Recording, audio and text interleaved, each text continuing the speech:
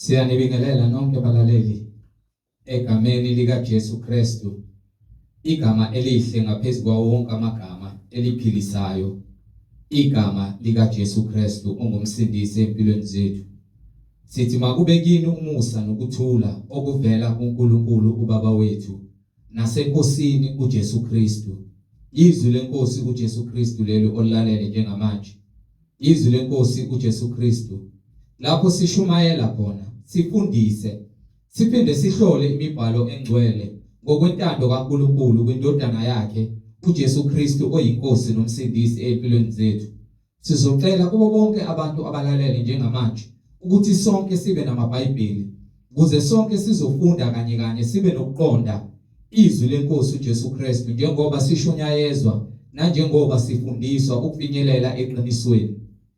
Bazalwane, kulabo abangenawo amaBhayibheli sizocela ukuba ni-download amaBhayibheli kuma mobile devices enu, ama laptops noma ama tablets noma ama cellphones, kuma app stores, ukuze sonke sizofunda kanye sibe nokuqonda imibhalo engcwele njengoba sifundiswa umoya ongcwele esihola ukufinyelela eqinisweni elinguJesu Kristu, yena oyiqiniso nokuphila kule ndlela esihamba kuyo yokukholwa.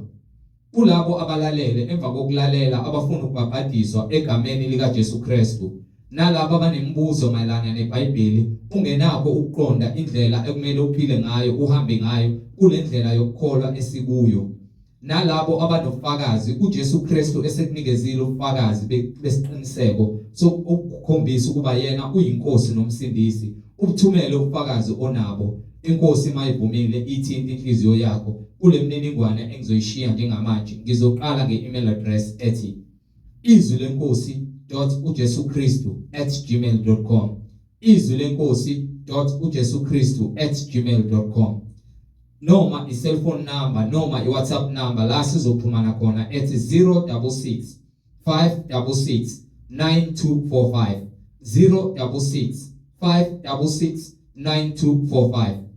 Balaleli, izintshumayelo zonke ziyatholakala ku-YouTube lapho ungahlala khona phansi uphethe iBhayibheli uhlolisise ukube ngabe lokhu okuzwayo ngamadlebe umoya ongcwele uyakufakazela yini njengoba ukubona kwiBhayibheli elingcwele. Ku-YouTube uzosearcha, usubscribe, upress the notification button, uzosearcha uthi Izwilenkosi uJesu Kristu, Izwilenkosi uJesu Kristu. Ungakhohlwa ukusubscribe, ungakhohlwa futhi nokupressa i-notification button ukuze ngaso sonke isikhathi uzoyithola izimfundiso eziphilileyo ezisiqinisayo kule ndlela yokukholwa esihamba kuyo ngezwi elinguKristu Jesu oyinkosi nomsindisi. Ungakhohlwa futhi nokusharisha i-link nezihlobo zakho nabo bonke obathandayo, ikakhulukazi labo ohlanganyela nabo naso sonke isikhathi manithi niyamdumisa uNkulunkulu ngomoya nangeqiniso, nifundisana nithi uJesu Kristu uyinkosi nomsindisi empilweni zenu, ukuze wonke umuntu ahlolisise lokho afundiswa khona ukube ngabe umoya ongcwele uyakhazumuliswa yini ngemfundiso esifundiswa ngayo kuzo zonke izindawo esihlanganyela kuzo. So ku-YouTube Izwilenkosi uJesu Kristu. Ake sivule ngomkhuleko simbonge uBaba wethu osezulwini ngalesikhathi samanje. Sicela ukuba namadlebe ethu kamoya ezokwazi ukuthi ezwe izwi lakhe nenhliziyo zethu zizolamkela ngokomoya nangeqiniso. Baba wethu osezulwini, mangcweliswe igama lakho Nkosi uJesu. Umbuso wakho mawufike, intando yakho mayenziwe emhlabeni njengasezulwini. Usiphe namhlanje isinkwa sethu semihla ngemihla.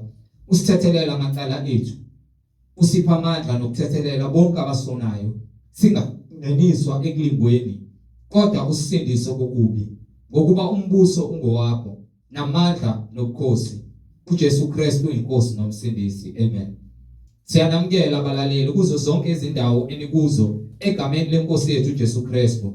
Sihamba nomfowethu umhlengi izondi ozobe sihola enaba kabanzi umoya ongcwele ekhazimulisa kule ndawo egameni lenkosi yethu uJesu Kristu, yena yedwa oyinkosi nomsindisi. Siyanibingelela nonke. Amen.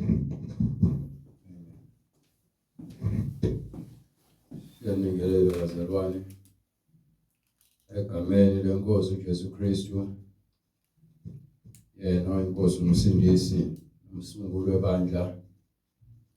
Leli yizwi lenkosi uJesu Kristu lapho khona sihlola siphinde futhi sishumayele ivangeli njengokusho kwembhalo.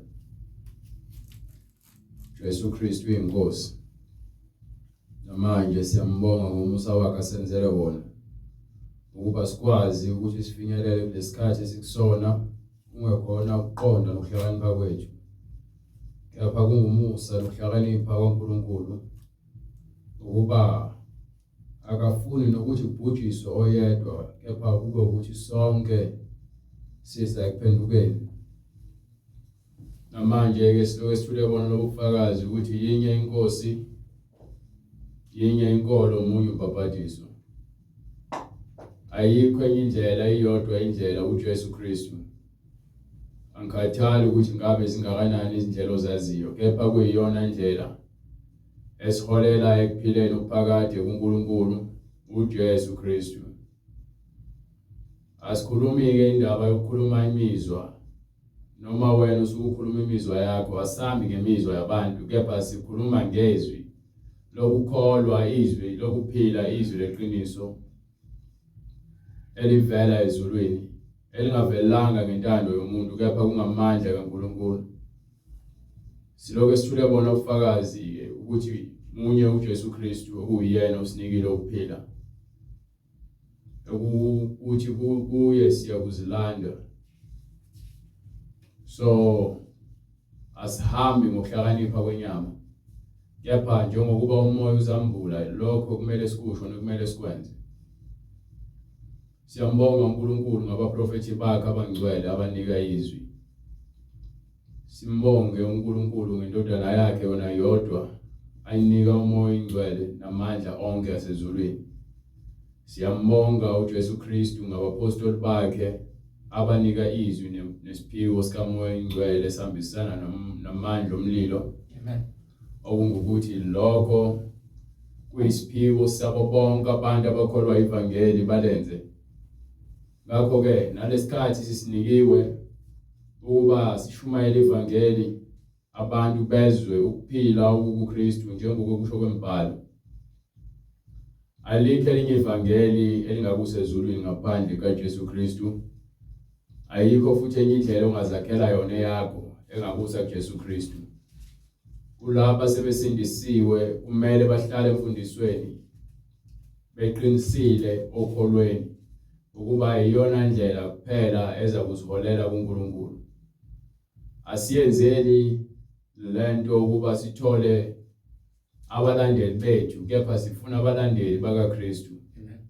Asiyenzeli lento yokushumayela ukuthi sidume sibosaziwayo, noma sibe ama-favorite pastor benu nabalandeli babo, kepha lokhu sikwenza ukuthi sibuyisele abantu eqinisweni, ukuba iqiniso liyakukhulula ukuthi wena ubuyele kuNkulunkulu. So uma ungafuni ukulamukela iqiniso, wena uyazilahla ukuba ufanele ukuphila, kepha lona lishunyayelwe kulabo abanezindlebe bazozwa, bathathe imfundiso ephilileyo, bese-ke bethola ukuphila. Manje-ke sobheka incwadi laphaya, ongiphi incwadi yamaHebheru, sahluko 6, noma uqale from sahluko 5 sukela ku verse 1. Sike sizwe imbhalo ukuthi ithini. Ngokuba yiloyo naloyo umpristi omkhulu okhethwa kubantu, umiselwa abantu kokukaNkulunkulu. Ngesikhathi-ke uNkulunkulu ekhetha abapristi kwinzalo kaLevi, wayebakhethela ukuthi kube abantu bakhe abazokwenza imisebenzi yase-altare, bekhethwe nguye okwangunaphakade, kepha bona-ke babengenawo amandla okuphila okuphakade. Babenokwenza lokho balokhu befa kungenabanye ngaphansi kwesizukulwane esisodwa. Lokho kwasuka ku-Aaron. So labo bantu abasuke benike lo msebenzi basuke bekhonza e-altare ukuba benza imisebenzi kaNkulunkulu.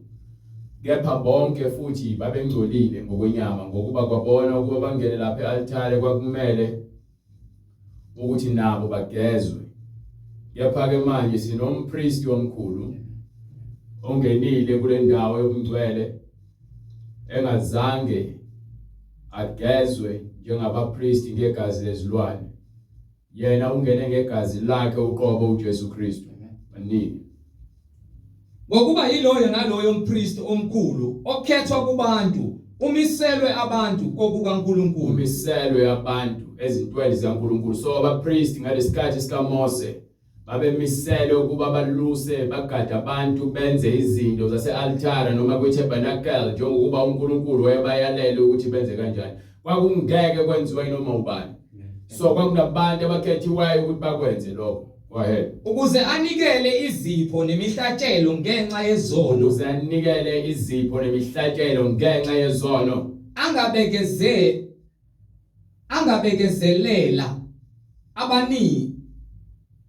Angabekezelela abangazi lutho nabadukayo.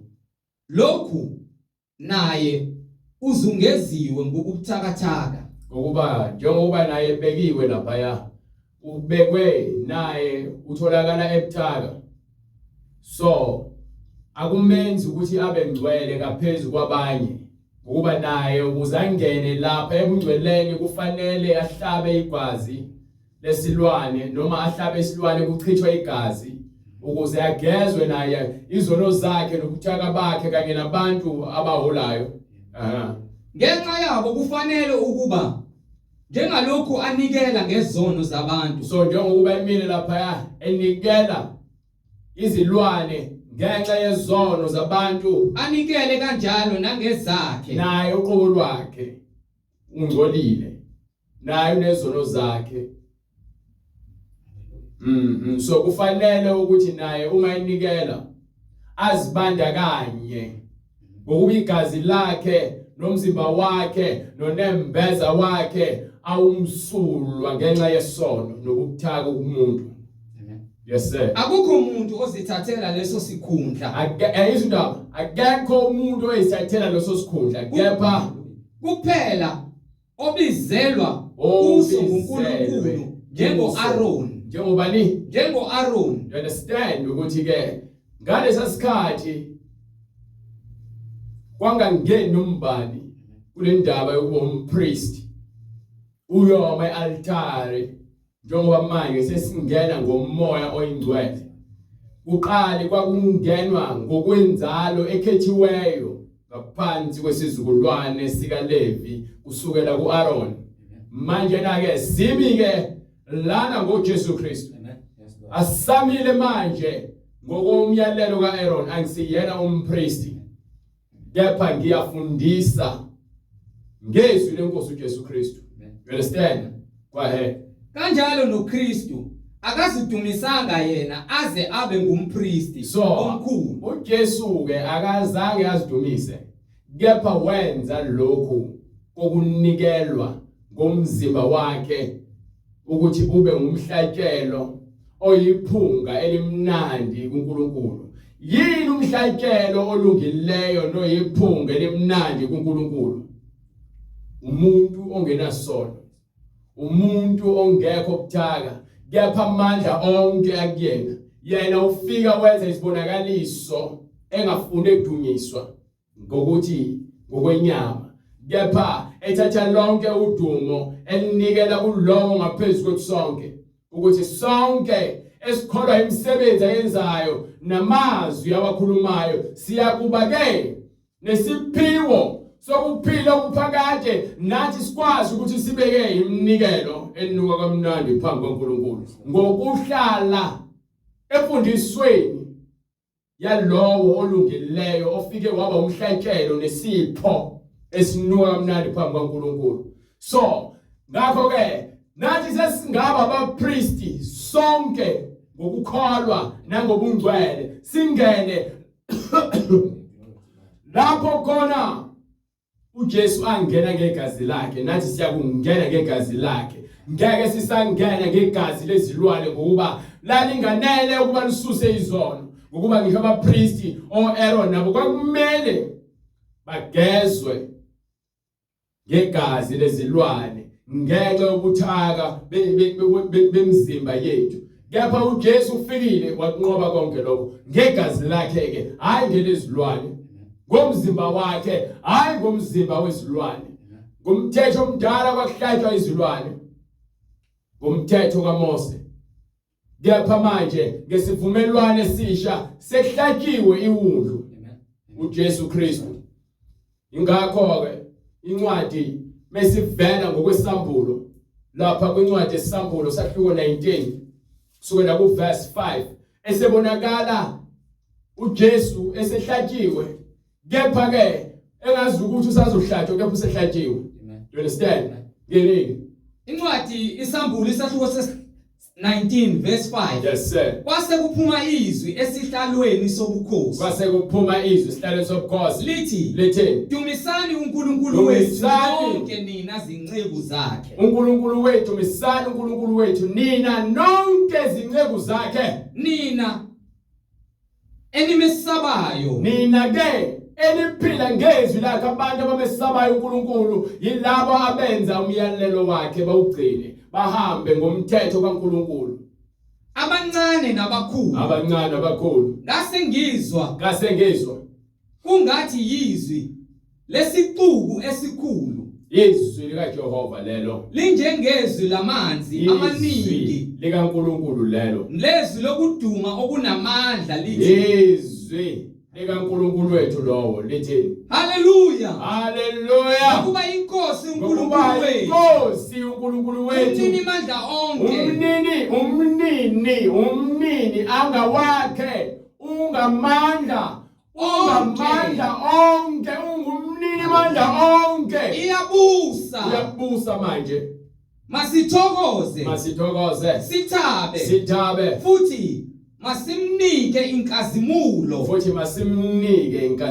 yonke ingeyakhe, ngokuba umshado wewundlu ufikile nomkalo uzilungisele kahleke. Umshado wewundlu, akithi uJesu weza wazoba yilo mhlatshelo ukuze ke ayoba umkhwenyana webandla ezulwini. So bonke abaphilayo njengoba uJesu eyinhloko yebandla, bonke abakholwayo bakholwa kuJesu, basemzimbeni kaJesu. Uma ke usemzimbeni kaJesu, usebandleni likaJesu. Uma usebandleni likaJesu, wena ke uyingxenye yebandla, uyilunga lomzimba. Umzimba ongumfazi kaKristu, ibandla. Yes sir. masithokoze sithabe futhi masimnike inkazimulo ngokuba umshado wewundlu ufikile nomkalo uzilungisele. Nomkalo uthi ke ubuyela ibandla lakhe ubuyela umkakhe, uzolanda umkakhe. So mezolanda umkakhe, ufuna umkakhe engabi nasihle nambimbi, afuna abe intombi nto, agqoke ingubo emhlophe qhwa ukuze bese zomlanda, alande intombi engakazithintwe. Ukuze ke lokho kwenzeke, kufanele bonke abantu abathi beze kuJesu bavume izono zabo, bahlukane nazo, bangaphinde bazenze izono bekade bezenza, bagezwe ngamanzi egameni likaJesu Kristu, bese bephila impilo engcwele ngokuba bona bangabakhethiweyo ngegazi likaJesu Kristu. Go ahead. Wanikwa ukuba ambathe ilineni elicolekileyo. Izolonto leyo, umfazi wewundlu uzonikwa ilineni elicolekileyo nelikhazimulayo, elihlanzekileyo. Ngokuba ilineni elicolekileyo, ngokuba lelineni elicolekileyo liyizenzo ezilungileyo zabangcwele. Liyizenzo ezilungileyo zabangcwele. Ngicela ukuthi uNkulunkulu uzokuyekelela ungene ezulwini nezono zakho. Ngeke. No, hallelujah. Lelineni le ile ngubo ekumele igqokwe abangcwele abaphile impilo efuna uJesu. Abaphile impilo obungcwele. Hayi abantu abaphikelele nokufebe nokudaka utshwala nenkanuko zikagwayi, nenkanuko zokuphinga nokuxoxa nokuqamba amanga, nenkanuko zocansi, inkanuko zokubulala, inkanuko zenzondo, umona. Ngeke abantu abenza lokho baze bagqoke lengubo le. Ingubo le yenkazimulo ingubo le engcwele Amen. umngcwele ukulunga leqiniso likaNkulunkulu. So ufuna ukuhamba kuyena wena kufanele uhlukane nakho konke lokho akakufuni. Ongafuni ukuhlukana nakawenzeni mina. Ngokuba ilinene etholekileyo Ngokuba yabona impahla lengubo le liyizenzo ezilungileyo zabangcwele. Izenzo. Ajonda ukuthi umusa ke futhi uhlale esonweni. Izenzo. Yayisithi kimi loba ukuthi babusisiwe abamenyelwe yabona umenyiwe uthola invitation wayamkela. So ukuzuye lapha kulo mcimbi kufanele ugqoke njengokuba ke ubiziwe kuthiwa bonke abazongena kufanele bagqoke ezimhlophe. So mawugqoke ezimhlophe ugqoke umngcwele. Mawugqoke umngcwele ugqoke ukulunga kwaNkulunkulu. Ngakho ke ngeke uze uye kulo mshado lo wena ufuna ukuzigqokela umathanda ngoba ethi incwadi ke yaMathewu wasethe sebiziwe ke abantu abazoba ayikhangeli kwafika kubonakala umunye egqoka ingubo engafanele wasebuza wathi ungene kanjani ngoba ugqokile njengalapha kwathiwa mkhipheni imthathe nimbophe izandla nezinyawo nomlahlele bomnyama lapho khona kuzobe khona ukukhala nokugedla kwamazinyo. Siyazi ukuthi isihogo leso. You understand? So ke akho kudala la. Go ahead. Yayisithi kimi loba ukuthi babusisiwe abamenyelwe esidlweni somshado weWundlu. Babusisiwe abamenyelwe esidlweni somshado weWundlu. Yes sir. Yayisithi kimi lawo angamazwi aqinisileyo kaNkulunkulu. Yayisithi kimi lawo angamazwi aqinisileyo kaNkulunkulu. Yes sir. Ngase ngiwa phansi phambi kwezinyawo ukukhuleka kuyo. Yayisithi kimi Musa ngiyinceku kanye nawe. Akuguqa phambi kwezingelosi. Guqa phambi kweNkulunkulu. Go ahead. Musa ngiyinceku kanye nawe nabazalwane bakho abaphethe ubufakazi bukaJesu. Yes sir. Khuleka kuNkulunkulu. Khuleka kubani? kuNkulunkulu. Nina nikhuleka kubantu nina nibona abantu belungele ngaphezulu kwaNkulunkulu. uNkulunkulu anisambona nisamthatha notice manje. Seniguqala abafundisi nabaprofeti bamanga nezangoma kanye nezinyanga. uNkulunkulu akaseyilutho la kunina manje. Senisibona ukuthi manje nina ningabantu ningabantu ngabanye abantu noma nibeka abanye abantu ngaphezulu kwaNkulunkulu. Ngathi ngisho izingilosi zinqaba ukuthi ke uguqale zona. Ube yini umuntu? Khuleka kuNkulunkulu. Khuleka kuNkulunkulu. Ngokuba ubufakazi bukaJesu bungumoya wokuprofetha. Ngoba ufakazi bukaJesu kungumoya. Ubufakazi bukaJesu kungumoya. Ubufakazi bukaJesu bungumoya wokuprofetha. So ke mowazi isprofetha uyazi imbhalo uzoqonda ukuthi ukuthini ukuthi ubufakazi bukaJesu bungumoya wokuprofetha. Go ahead. Ngase ngibona izulu livulekile. Nanto ihashi, bheka nanto ihashi. Yes sir. Elimhlophe. Nohlezi phezu kwalo obizwa ngokuthi othembekileyo. Akekho omunye othembekile ngaphandle kwaJesu. You understand? Jesu kuphela othembakele. uJesu kuphela simkhonzayo. uJesu udumo ngolwakhe nesibongo zonke. You understand? Go ahead. Obizwa ngokuthi ngothembekileyo. Lona ke ngothembekileyo. Noqinisileyo. Uyahlulela. Yena uyahlulela. Alwe ngokulunga. Yena uyahlulela. Alwe ngokulunga. Akalwi ngomlomo. Akalwi ngezandla.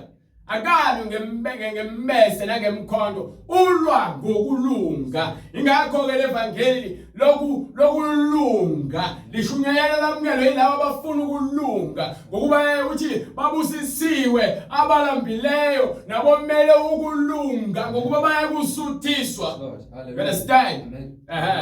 Glory to Jesus.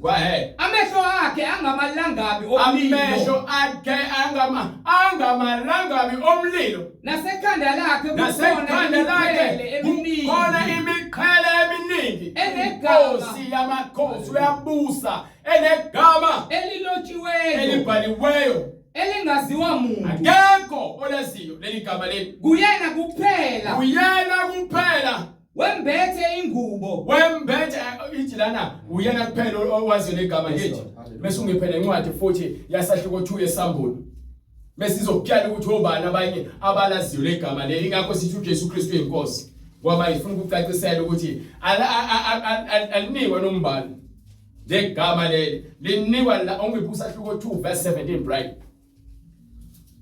legama leli ulinika labo abakholwa egameni lakhe. You understand? Onezindlebe makezwe lokho akushoyo. Makezwe lokho akushoyo. Umoya emabandleni. Yes sir. Onqobayo ngiyakumnika okwemana. Uthi onqobayo kuyakumnika okwemana. Elifihliweyo. Ngimuphe itshe elimhlophe. Nayo ke letshe elimhlophe. Bese kuthiwa letshe elimhlophe nani? Nasetsheni. Kulotshiwe igama elisha. Etsheni kulotshwe igama elisha. Elingaziwa muntu. Igama lelo ngekho laziyo. Ngolamukelayo kuphela. Ithina kuphela esilaziyo esilamukelayo. Leli gama leli alaziwa umuntu ngaphandle kwalabo abalamukelayo bafana. Haleluya. Le gama leli alaziwa umuntu ngaphandle kwalabo asemamukela uJesu ukuthi uJesu Kristu uyinkosi. You understand? Ngolamukelayo kuphela. Nakuyo ingolosi yebandla yaseThyatira. Nakuyona ingilosi yebandla yaseThyatira.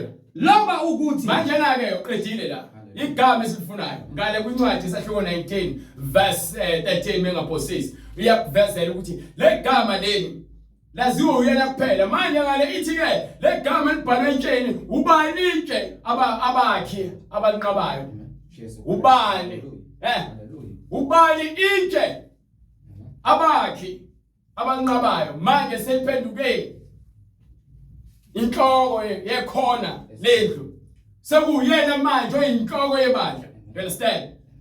Uyena kuJesu lo oze ngenkazimulo kaBaba wasethatha amandla onke kaBaba wayesekuba uyena ophethe yonke into manje usewuNkulunkulu emhlabeni ezulwini ngaphansi komhlaba. You understand? Uphila kukuyena. Wembethe ingubo efafazwe ngegazi. Wembethe ingubo nayo ke lengubo le ethi ke yena useyiwundlu njengoba ke yena abethela lomhlabeni igazi lakhe lachitheka uthi ke legazi melichitheka kwincwadi kaMathewu sahluko 26 verse 27 noma 28 lapho esekhazela khona uthi legazi lakhe eza kuchitheka langokuchitheki enza isivumelwano ngegazi ekwakumele lichitheke. You understand? Hallelujah. Utheni incwadi ngokuka Mathewu sahluko 27 wayesethabatha verse 26 verse incwadi ngokuka Mathewu isahluko 26 verse 27 wayesethabatha isitsha wabonga wabanika wathi phuzani nonke kuso ngokuba lokhu kuyigazi lami lokhu okuphuzwayo iwayini liyigazi lakhe lesivumelwano lokhu kuyisivumelwano elithululwa ngenxa yabaningi igazi lethululwa ngenxa yabaningi kukho ukuthethelelwa kwezono sithethelelwa ngegazi likaJesu. Ngomthetho kaMose sasithethelela ngegazi lesibane kepha kwakumele lihlathwe njalo igazi lesibane lichithwe njalo. Manje ke alisachithwa njalo selichithwe kanye manje. Kuze kube phakade igazi likaJesu ingakho ngumpriest omkhulu ingakho ngumbishop ingakho ke ngumprofeti ingakho ke uNkulunkulu. You understand? Ungothembekile ungubaba waphakade. You understand? Wembethe ingubo efafazwe ngegazi. Igama lakhe lungulizwi. Igama lakhe uNkulunkulu. Ulizwi. Balulizwi. Ubalulizwi. Yesu Kristu. Haleluya. uNkulunkulu namandla. Ubalulizwi. Sifolo lezwi. Amen. Mawufuna ukusindiswa kumele wazi iBhayibheli. Mawufuna ukuhamba indlela yokugcwala kumele wazi iBhayibheli. Mawukuthi awulazi iBhayibheli ufuna ukuthi umfundisi ozofundisa ngeBhayibheli.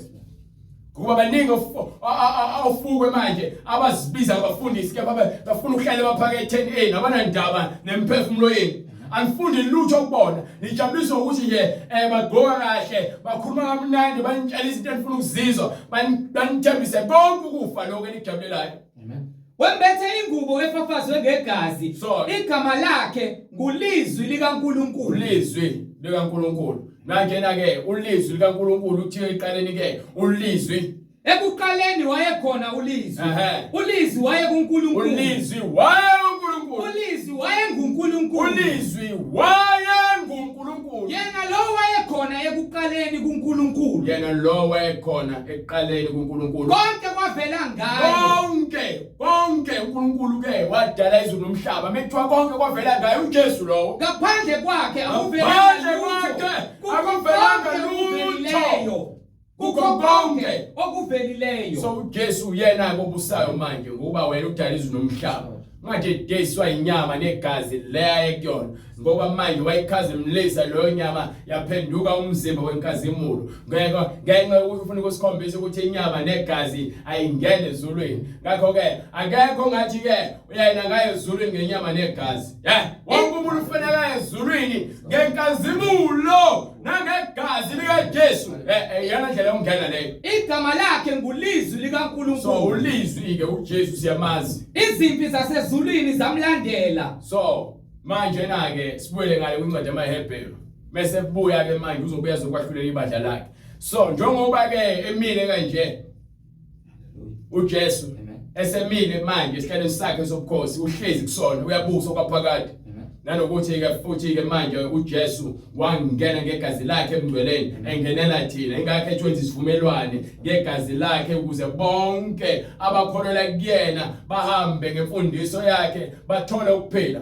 Yayizindaba go ahead. Incwadi kumaHebheru lesihluko sesihlanu ivesi lesihlanu. Yes sir. Kanjalo noKristu. Kanjalo ke noKristu. Akazidumisanga yena aze abe umpristi omkhulu. Akazidumisanga yena ukuze abe ubani? Ngumpristi omkhulu. Ungene.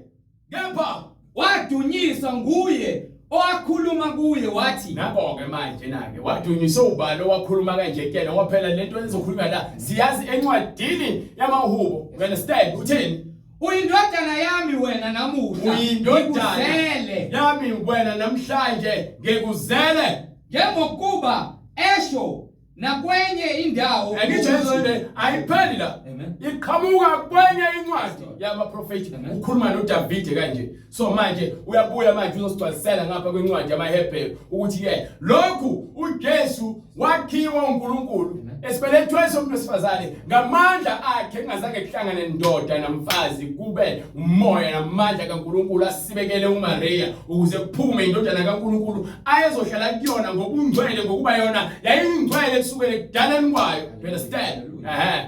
Njengokuba esho nakwenye indawo utheni wena ungumpristi. Wena unjani? Ungumpristi. Ungumpristi Kuze kube phakade ngokokuma kukaMelchizedek. Ngokokuma kukaMelchizedek waqhamuka kuAbraham. uAbraham ephuma kwenqoba amakhosi ase-Sodom. Ayihlasele Sodom naseGomora. Wafike wawanqoba namabutho akhe noma nezisebenzi zakhe wabuya nempango. Kwaseqhamuka umpristi omkhulu ongenamvelo ongenandalo ongenamlando ubasho uMelchizedek. Lapho khona ke uAbraham wayesenikele okweshumi kuyena.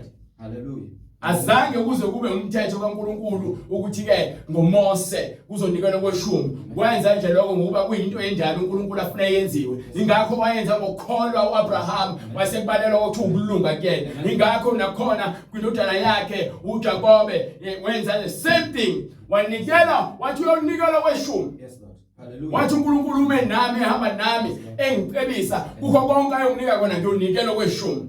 So manje ke abantu sebethi ke okweshumi kwavela ngoMose. uMose uyagcwalisa into esiqaliwe ukuthi ebandleni likaNkulunkulu okweshumi fanele ikhishwe. You understand? Ngokwesimiso sikaMelchizedek ngokuba ngisho abapriest abakunikelwa kubona ngaphansi kwenzalo kaAaron bakhokho kweshumi besake okhalweni lukaAbraham. So manje lokho kusho kona ukuthi ke okweshumi kufanele ukwenziwe. You understand? Amen. Fanele ukwenziwe uyathanda uthanda. Fanele ukukhokha kweshumi. Yes Lord Jesus. Fanele ukukhokha kweshumi. Go ahead.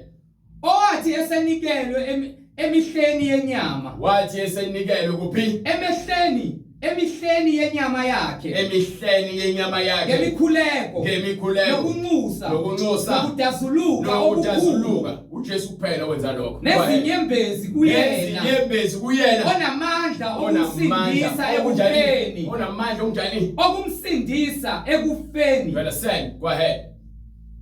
Wenziwa ngenxa yokumesaba uNkulunkulu, Wenziwa ngenxa yokumesaba uNkulunkulu, noma eyindodana, wafunda ukulalela ngalokho. Wenzani?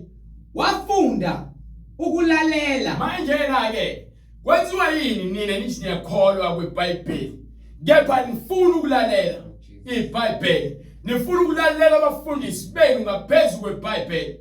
Kwenziwa yini nithi nisindisiwe kepha nifunde iBhayibheli ekuyilona ezokufundisa ukulalela? Kwenziwa yini ukuthi nithathe abafundisi nibabeke ngaphezulu kwaJesu Kristu? Kwenziwa yini ukuthi niguqala abafundisi? Akekho futhi umfundisi okwaba umama. Amen. Akaza avuma ingcwele ukuthi umuntu wesifazane abuse ngaphezulu kwendoda. Uthi ngimvumeli ukuthi umuntu wesifazane abuse noma afundise indoda. Amen.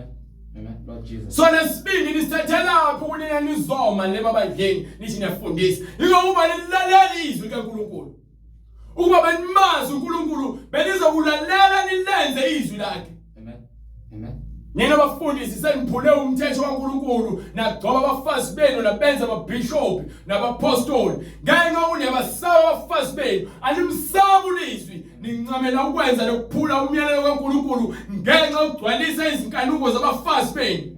Hallelujah. Lord Jesus. Bese nisibiza ngamasinagoge kaNkulunkulu. Isinagoge kaNkulunkulu ihamba ngeBhayibheli. Angeke baphule umyalelo kaNkulunkulu. Angeke bazifakele imfundiso zabo. Ngeke bakhiphe izimfundiso zikaNkulunkulu. Bazohamba njengokuba umoya ingcwele siyalelile. Hallelujah.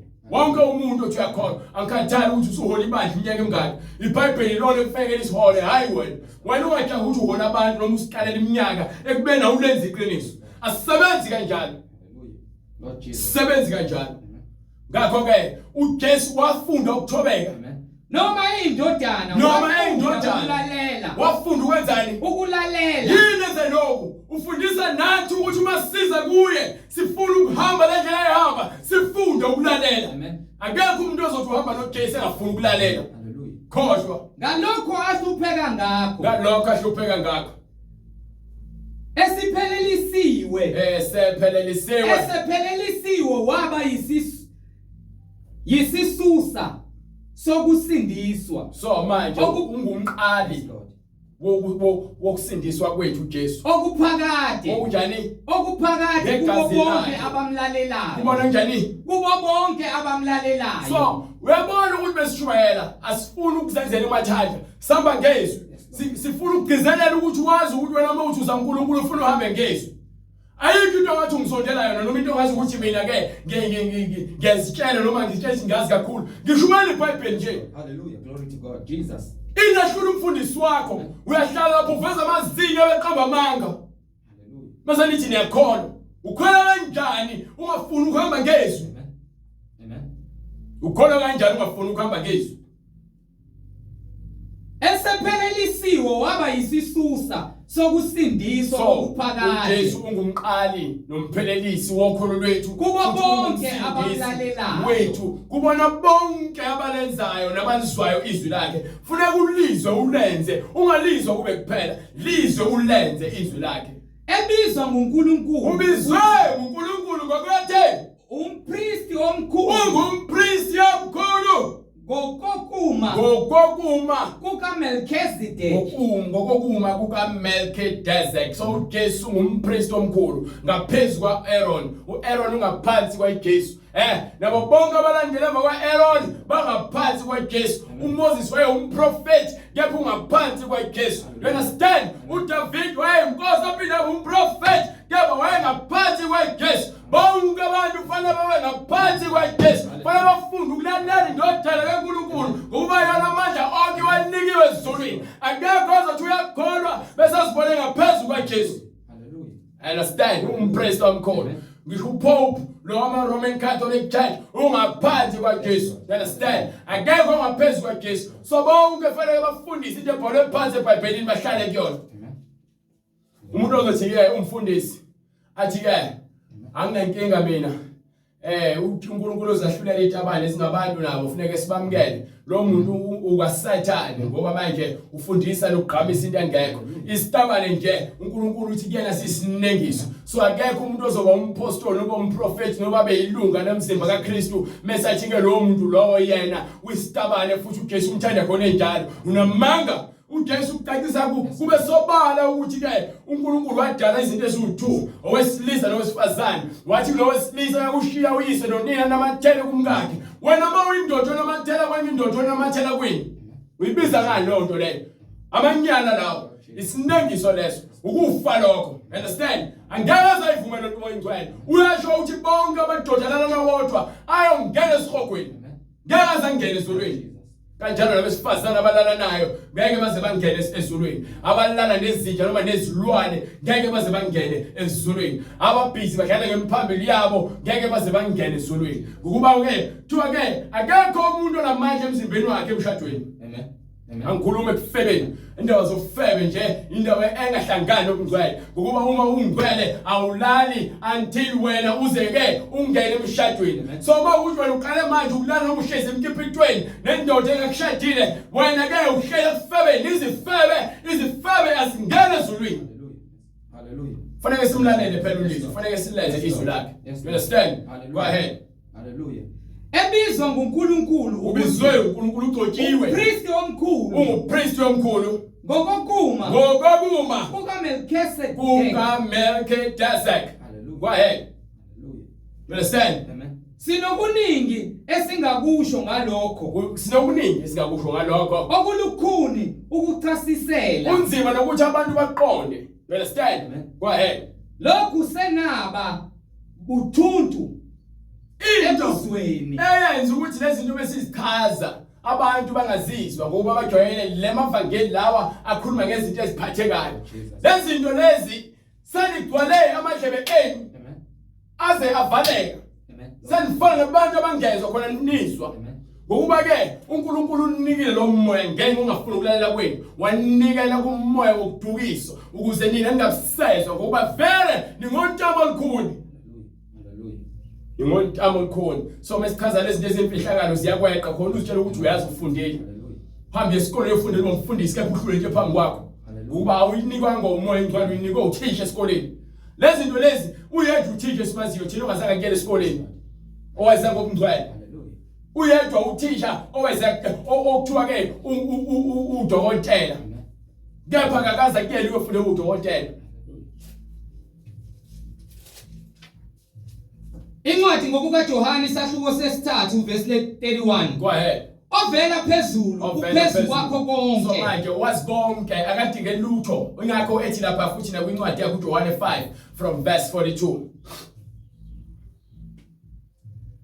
kepha ngiyanazi no starting from verse 43 go ahead ngize egameni likababa aningamukeli uma kuza omunye ngegama lakhe uma kuza umuntu ngegama lakhe niyabamukela bona ningakholwa kanjani nina ningakholwa elizweni engikhuluma ngayo sikhuluma ngokukholwa kulezi zinto lezi kunina asakhaliseleki ngokuba amadlebe enaselithuntu inhliziyo zenu seziyitshe nomqondo yenu senikelwe umnyameni sekuvaleka iminyango ingakho ningasakholwa iBhayibheli senikholwa abantu ningakholwa kanjani nina enidumisana nodwa ningakholwa kanjani you understand ningalufuni udumo oluvela kuNkulunkulu yedwa umfundiso waseAfrika ulandi waseMalawi alandi waseJoburg babuye bazoshumayela nje imfeketho emfetshumayelo bese kuthiwa abantu ngobana kulanda umuntu wangaphandle hayi ulande umfundiso wangempela noma ulande usikhulu esinye nina nikele idumisana nodwa nina amen ningalufuni angifuna kuba mngane abafundisi mina angifuna kuba mngane ababishop mina ngifuna ukuba umngane noJesu othembekile ngokuba labantu bakhethana ngokwazana abanikana izikhundla mina ngifuneke ukudunyiswa ngabantu mina ngifuna abantu badumise lo ngimdumisayo. Masambe ndlela nye sibe mqondo munye sikhulume ilizwi linye sibe kumoya munye. Hayi ndaba zokungitshela ukuthi wena umfundisi wakho omthanda kakhulu bani angihlangana nalo angendawo ngeke izingenise ezulwini lonto leyo. Into engifaka ezulwini ukuzwa izwi ngilenze. Ngandaba enkani nokuthanda ukuphikisana nabantu abangafuni ukukholwa ngeke izingisize. Umsebenzi wami ushiwe eBhayibhelini kwathiwa ke shumayela izwi. Shumayela izwi. Hallelujah. Ngishumayela umsebenzi wami ukushumayela. Hayi ukuthi ngihambe ngizenza abangani nabantu. Yes Lord Jesus. Hallelujah. Ngikhululekile ukuzwala nabantu. Kepha ngifuna ukuzincengela abantu. Ngibathanda bonke abantu ngiyabahlonipha abantu. Kepha kukhona yethu umuntu engizothi ngiyamhlonipha ngokuba yena unesikhundla esithize. No. Ngihlonipha ngokuba ke kuyimvelo ukuthi ngihloniphe. Kuumyelo kaNkulunkulu ukuthi ihloniphe. Amen.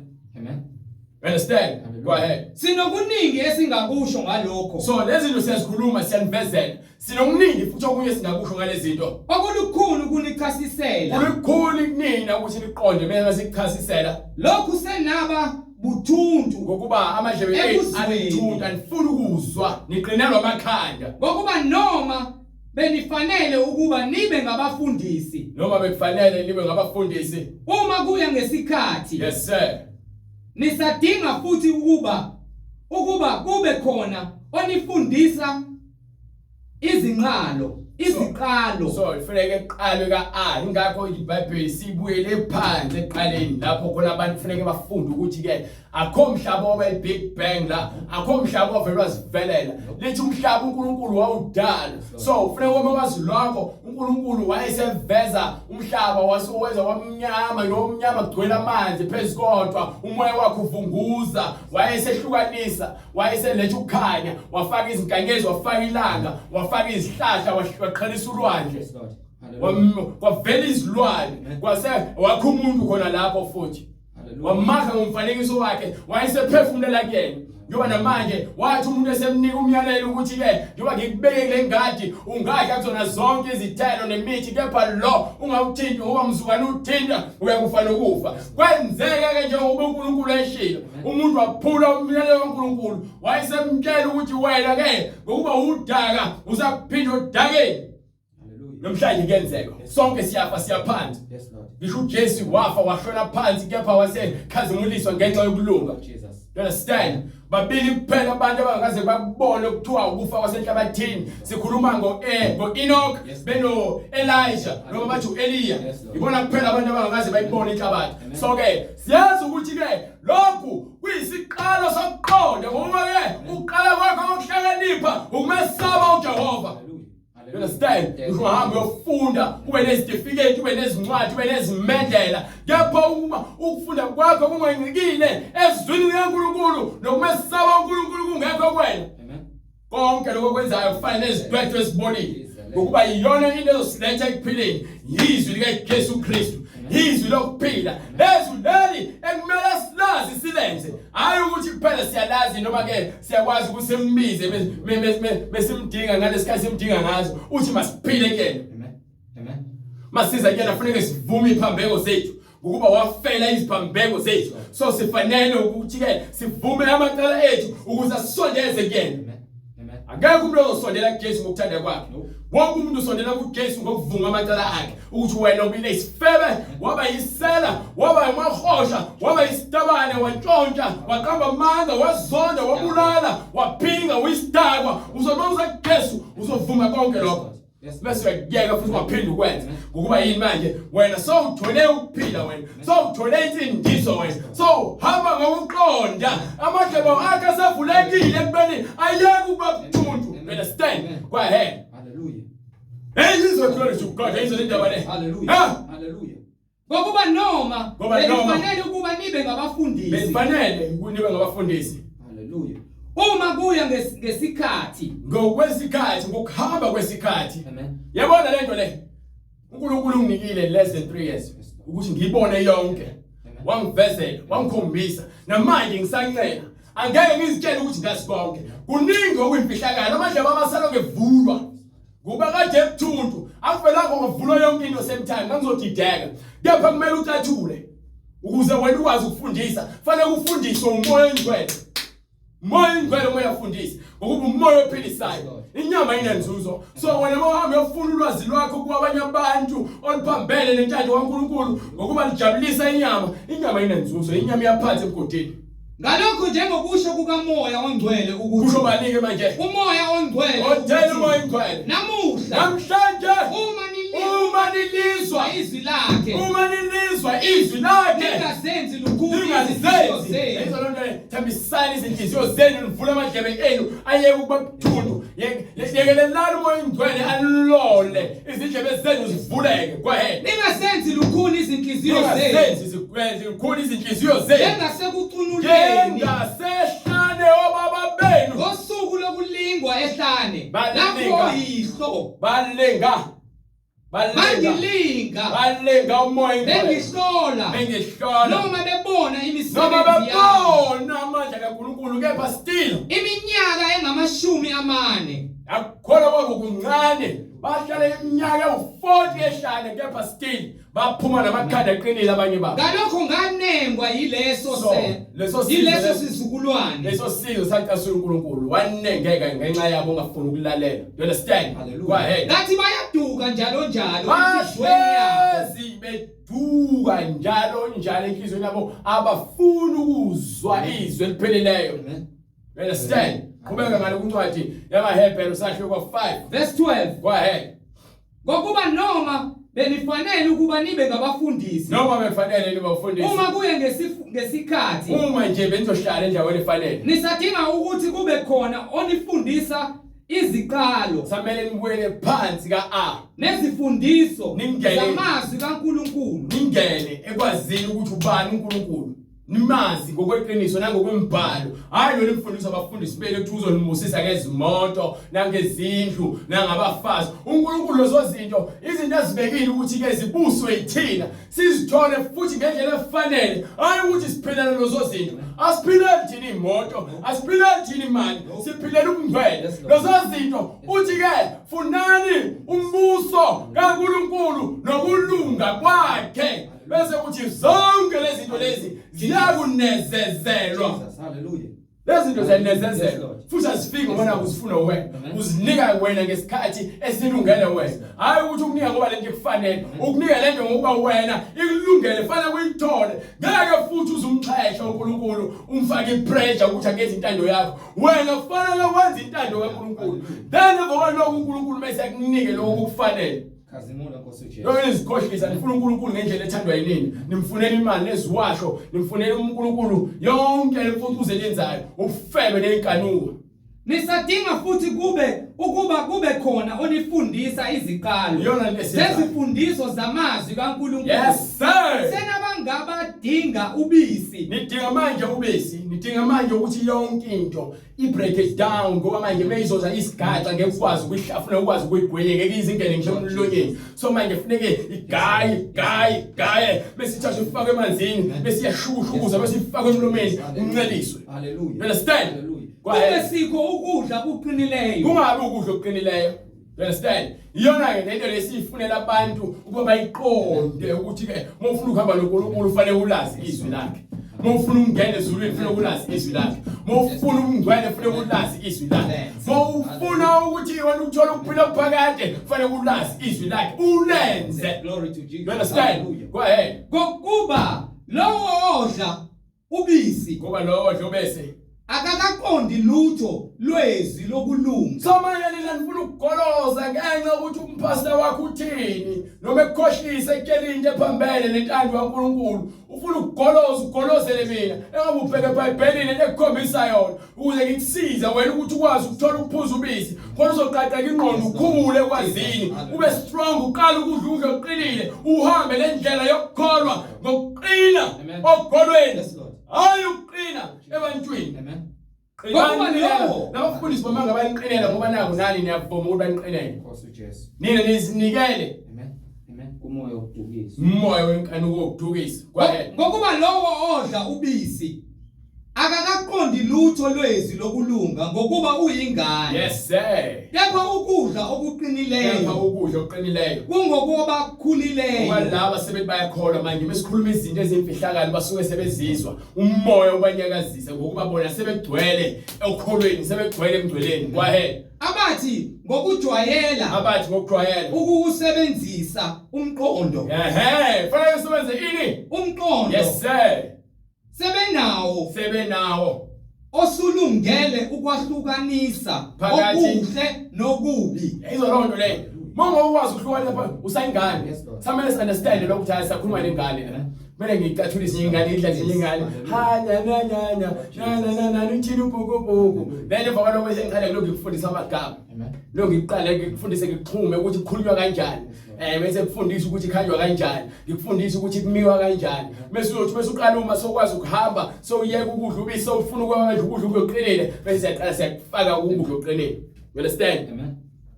Hallelujah. Kuze manje ukuhamba kwakho uhambe ngokuqonda ulento oyihambayo ihanjwa kanjani sokwazi ukuhlukanisa phakathi kokuhle nokubi. Uma ungakwazi ukwahlukanisa wazi ukuthi okubi ngona umuntu uwenze kabi noma okuhle ngona umuntu uphi imali akukwazi ukulunga. Akukwazi. Hallelujah. Akukwazi lutho. Le mfundiso lesiyidinga sonke. You understand? Aningi bese siyabhala. Incwadi isambulo isahluko 19 verse 15. Go ahead. Emlonyeni wakhe kwaphuma inkemba. Emlomeni wakhe waphuma inkemba. Ebukhali. Yes sir. Ukuze ashaye izizwe ngayo. Ashaye lelizwi leli ekuyinkemba ngokwembali. Izwi lakhe liyinkemba elahlukanisa phakathi kokubi nokuhle. Yena uya kuzibusa ngentonga yensimbi. So intonga yensimbi iyona lena ke izwi lakhe futhi nomoya wakhe osibambile ukuthi isihlale emgcweleni ngokuba uma ngenza kabi izwi lakhe lingishaka kabuhlungu lingenza kuzwele phansi enhlizweni yami nakunembeza wami ukuthi ngiyona bengona.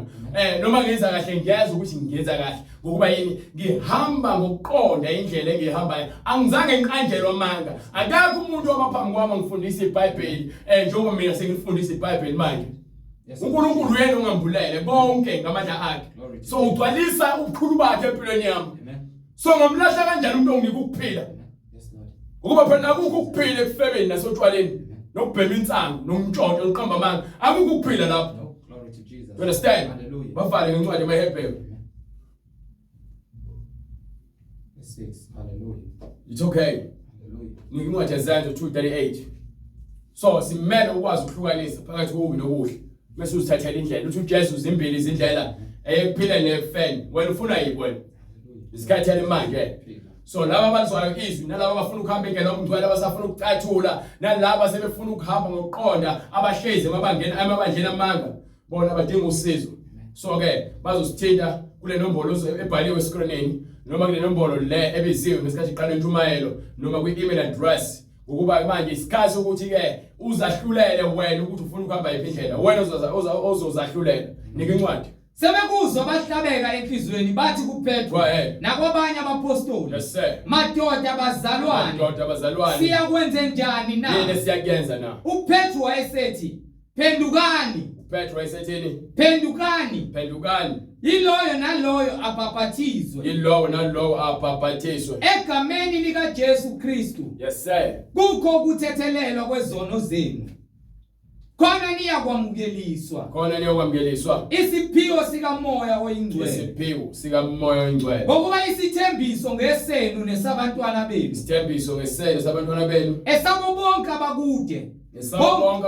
Bonke inkosi uNkulunkulu wethu eyakubabiza. So ke manje ngifuna ukusindisa ke wena uzokwenza njengoba imbhalo isho. Hayi mina ungishiye eceleni mina. So lokho sifaka nje imbhalo uNkulunkulu kade ngasiqinisa othandweni lakhe asinike umusa futhi sikwazi ukuphinde sishumayele levangeli iqhubeka isikhathi.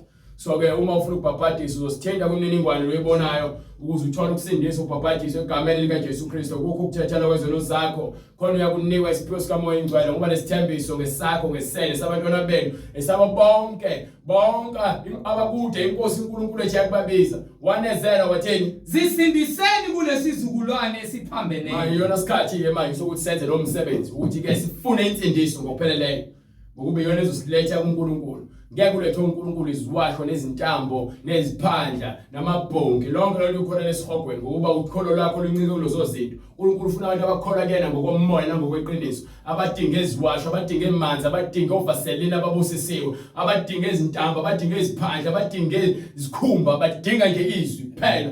Kube yizwe libakhaya kuba babantu abaqondile abalungele uNkulunkulu. You understand? Jesus, hallelujah. So uNkulunkulu asigcine futhi asifinde silonde sikwazi ukubonana ngokuzayo evumile ngamandla akhe nangenkazimulo yakhe. Sithi intando yakhe mayenziwe empilweni zethu mhla yonke ukuphila kwethu. uJesu Kristu uyinkosi. Amen. Amen. Lord Jesus. Hallelujah.